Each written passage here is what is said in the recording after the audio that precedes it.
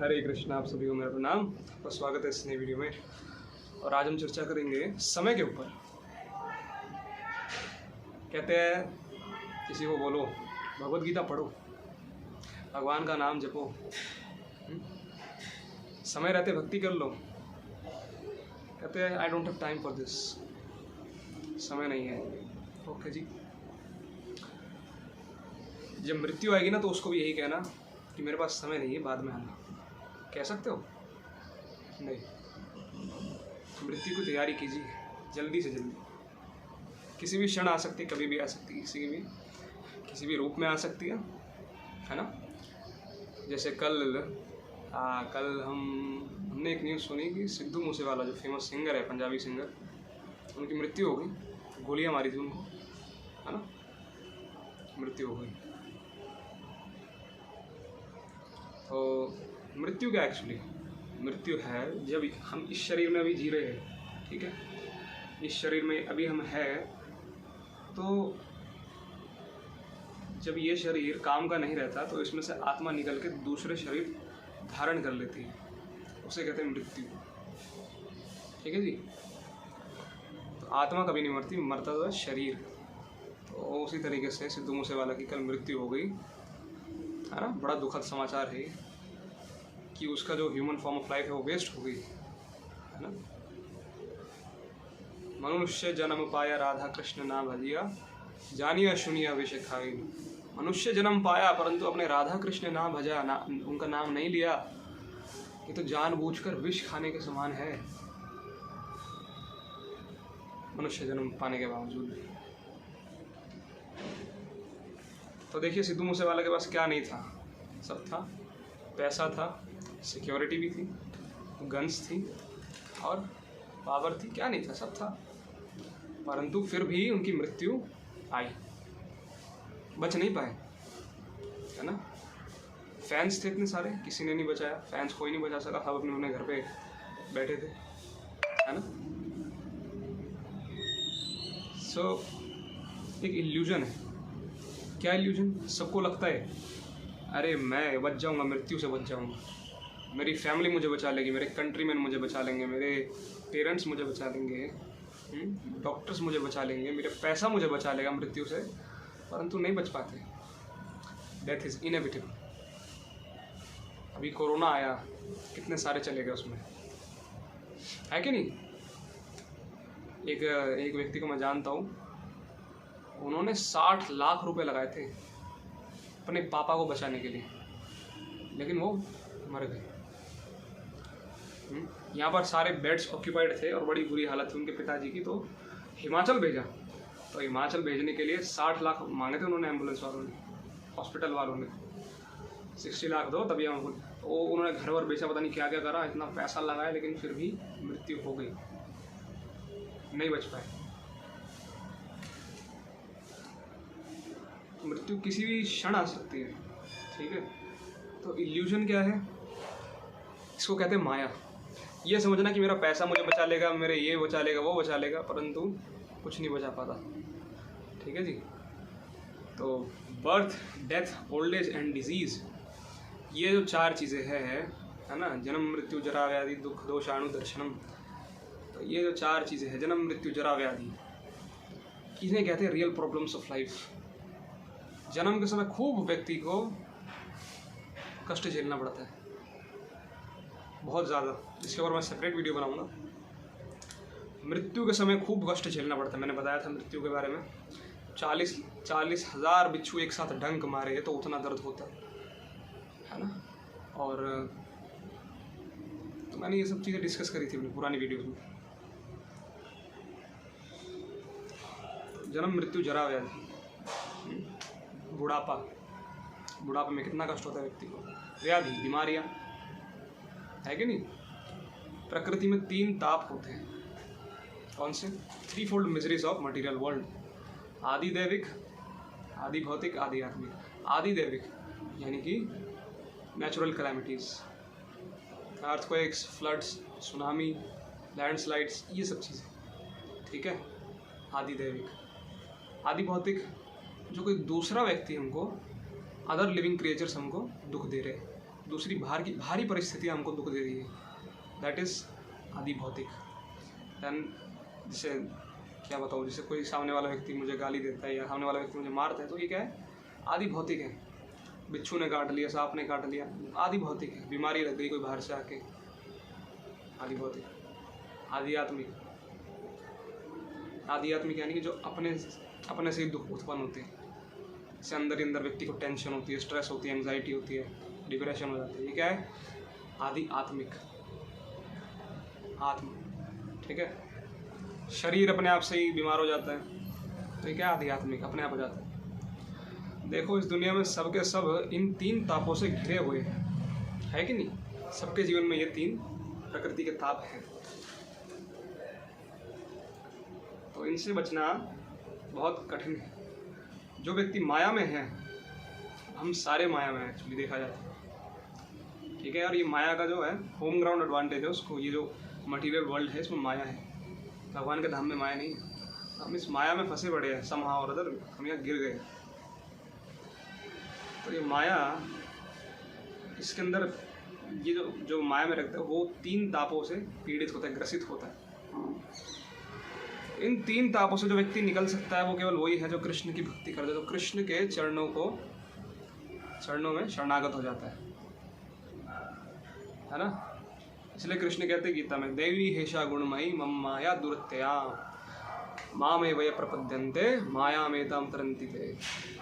ये जो मेरी दैविक माया शक्ति है, जो 3 प्रकृति के 3 गुण सतो रजो तमो को कंसिस्ट करती है, इससे निकलना बहुत मुश्किल है, बहुत कठिन है इसको पार करना, ठीक है ना। और लेकिन जो व्यक्ति मुझे सरेंडर करता है वो व्यक्ति इससे निकल पाता है, इन दुखों से निकल पाता है, इन कष्टों से निकल पाता है। कृष्ण ने इस बात की गारंटी दी, ठीक है जी।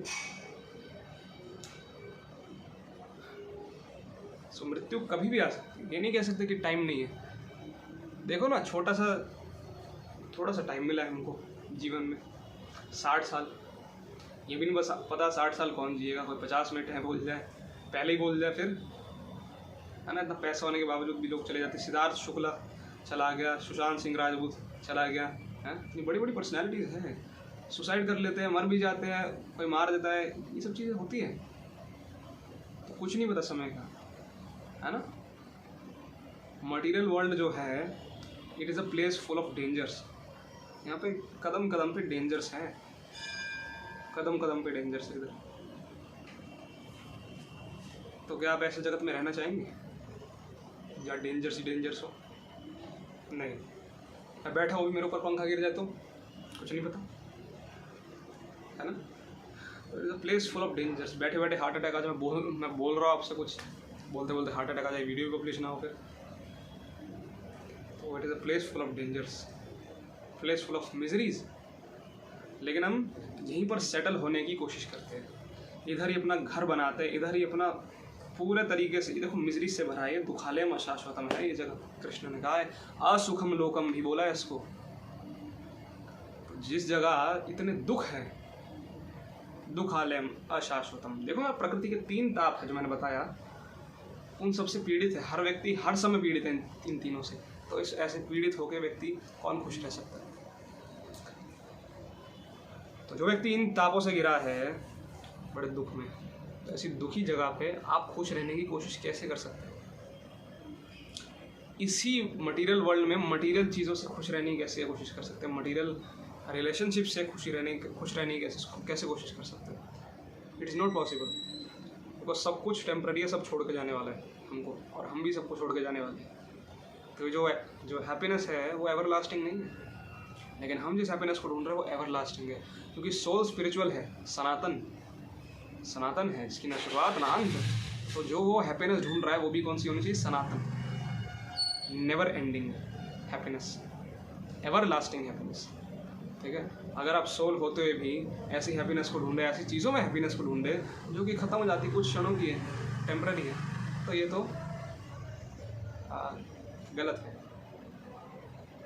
ये ठीक नहीं है ना। क्योंकि आपका स्वभाव ही नहीं है टेम्पररी हैप्पीनेस को गेन करना, आपका स्वभाव है एटर्नल हैप्पीनेस को पाना। और हम सब उसी के पीछे भाग रहे हैं, हर क्षण हम आनंद के पीछे भाग रहे हैं, हर समय। लेकिन हम सेटिस्फाइड कभी नहीं रहते। चलो हमको लगता है खाने में आनंद, ठीक है जी खा लिया, बस कुछ मिनट के लिए खाया, अब वही खाना जो हमें आनंद दे रहा था वही खाना हमें उल्टी भी करवा सकता है। हम कहते हैं बस बस बस बहुत हो गया, अब नहीं खा सकते। क्यों भैया, आपको तो आनंद चाहिए था हर समय, तो खाइए ना। खाने में आनंद था, खाइए। संभोग में आनंद ढूंढते कि भैया ये सेक्स लाइफ ही सब कुछ है, इसी में आनंद है, परंतु ये भी कुछ मिनटों की होती है। ये भी कुछ मिनट, उसके बाद जो चीज़ फिर आनंद देती है वही चीज़ हमको दुख देने लगती है, कष्ट देने लगती है। बस यार अब नहीं हो रहा, बहुत हो गया, है कि नहीं? कहाँ गया आनंद, कहाँ गया आनंद? तो इन चीज़ों में, मटेरियल चीज़ों में आनंद ढूंढना, सेक्स लाइफ में आनंद ढूंढना, ये बिल्कुल ऐसे ही है कि जैसे एक कैमल कैक्टस खाता है तो उसके जो कांटे होते हैं ना, उसकी जीभ से खून निकालते हैं, तो वो अपने ही खून को टेस्ट करता है और उसको बड़ा आनंद आता है, कितना मज़ा आ रहा है, अपनी डिस्ट्रक्शन से उसको आनंद आ रहा है। उसी तरीके से, क्योंकि वो ज्ञानतम है ना इसमें, उसी तरीके से इस मटेरियल वर्ल्ड में हम सारे के सारे आनंद के पीछे भाग रहे हैं और ऐसी चीज़ों में आनंद ढूंढ रहे हैं जो कि हमारा खून निकालते हैं। वो चीज़ हमारे लिए अच्छी नहीं है, वो सारी चीज़ें हमारे लिए अच्छी नहीं है, वो हमको इस मटेरियल वर्ल्ड में बांधे रखेगी, ठीक है ना? मटेरियल वर्ल्ड में बांध के रखती है सारी चीज़ें हमको, मटेरियल सुख, ठीक है, मटेरियल हैप्पीनेस। और ये हैप्पीनेस कुछ नहीं, कुछ क्षणों की है। तो ये सारी चीज़ें बिल्कुल ऐसी है जिससे हम कैक्टस खा रहे हैं, और जब हमारी नुकसान हो रहा है, हमारी डिस्ट्रक्शन हो रही है इन चीज़ों से, है ना, लेकिन हमको उसमें आनंद आ रहा है क्योंकि हम अज्ञानता में। तो ज्ञान कैसे आएगा? श्रीमद् भगवद गीता पढ़ के, भगवद गीता का ज्ञान लेकर। परम भगवान ने जो ज्ञान दिया वो तो सबसे इम्पोर्टेंट होगा ना, लेकिन हमको तो भैया ऐसा ज्ञान चाहिए नहीं, rich dad poor dad, the subtle art of not giving a F, हैं, और पता नहीं कौन कौन सी बुक्स पढ़ते हैं। एक लड़के को मैंने देखा बुक पढ़ते हुए, मेरी क्लास में था, मैंने कहा कौन सी पढ़ रहा है भाई? कह रहे ये वैसी बुक है जिसमें ना to follow your dreams, how to follow your dreams, और अपनी प्रॉब्लम्स को ओवरकम कैसे करते हैं, ये पढ़ना। बहुत बढ़िया। लेकिन भगवद गीता जो है उसमें भी बताया how to follow your dreams, और उसमें ऐसी मोटिवेशन दी है कि आपके जो ड्रीम्स है ना, मतलब उनको फॉलो तो करोगे लेकिन आप बीच में कभी डेविएट नहीं होगे फिर।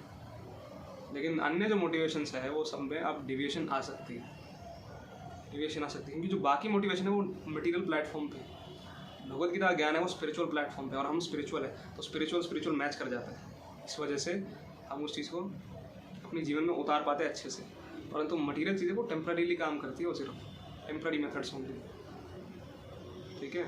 और प्रॉब्लम्स को ओवरकम करना हो तो भगवद गीता में इतने अच्छे से बताया है भगवान ने। तो गॉड गिवन नॉलेज जो है वो सबसे उत्तम हुई कि नहीं?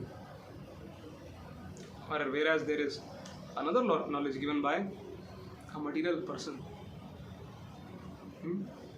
एक मॉडल व्यक्ति के द्वारा दी गई नॉलेज और एक भगवान की दी गई नॉलेज, भगवान के द्वारा दी गई नॉलेज बेटर कौन सी है? भगवान के द्वारा दी गई। तो इसलिए भगवद गीता पढ़ना अति आवश्यक है। अगर आप भगवद गीता नहीं पढ़ पा रहे, आलस आ रहा है, भगवद गीता बुक नहीं है, चलो कोई बात नहीं, आप क्या करो, एक भगवद गीता का कोर्स है यूट्यूब पर, मैं लिंक शेयर कर दूंगा अपनी स्टोरीज पर, आप वो कोर्स देखिएगा, है ना, वर्ड्स बाय वर्ड्स गीता को कवर कर दिया और आपका पूरा कंसेप्ट क्लियर हो जाएगा, पूरा कंसेप्ट, लाइफ के सारे क्वेश्चंस, मेटाफिजिकल ज्ञान दे रखा इसमें, यानी कि जो चीज़ें हम ऑब्जर्व भी नहीं कर सकते ना, जो यूनिवर्स के बाहर है, मतलब सब कुछ ज्ञान दिया पड़ा है भगवद गीता में, ठीक है जी। मृत्यु की तैयारी कैसे करनी है, मरते समय क्या करना है, ये सब चीज़ें कौन बताते हैं? गीता में बताइए सिर्फ भगवान ने, और किसी बुक में नहीं है, किसी भी बुक में नहीं है, मैं कह रहा हूँ, है ना। तो मरने की तैयारी करनी पड़ती है, हम मरने से बच नहीं सकते, उसकी तैयारी करनी होती है। क्वेश्चन हमारे सामने की डेथ है, आंसर हमको पता है कि मरते समय कृष्ण को याद करना है, अब इसकी तैयारी करनी है। इतना बढ़िया क्वेश्चन पेपर कौन दे सकता है? पेपर लीक हो चुका है, ये सबके लिए लीक हो चुका है पेपर। क्वेश्चन है क्या डेथ के समय आपने कृष्ण को याद करा, अब इसकी तैयारी करो। पेपर लीक हो चुका है, अभी आपके हाथ में तैयारी करना। अगर आप इग्नोरेंस में रहकर भगवान की इस ज्ञान को नहीं लेते, भगवद गीता नहीं पढ़ते, तो ये मूर्खता है, साफ साफ मूर्खता है। इसलिए भगवद गीता पढ़नी चाहिए, ठीक है। तो आज की वीडियो में सिर्फ इतना ही। Thank you very much for watching. Hare Krishna.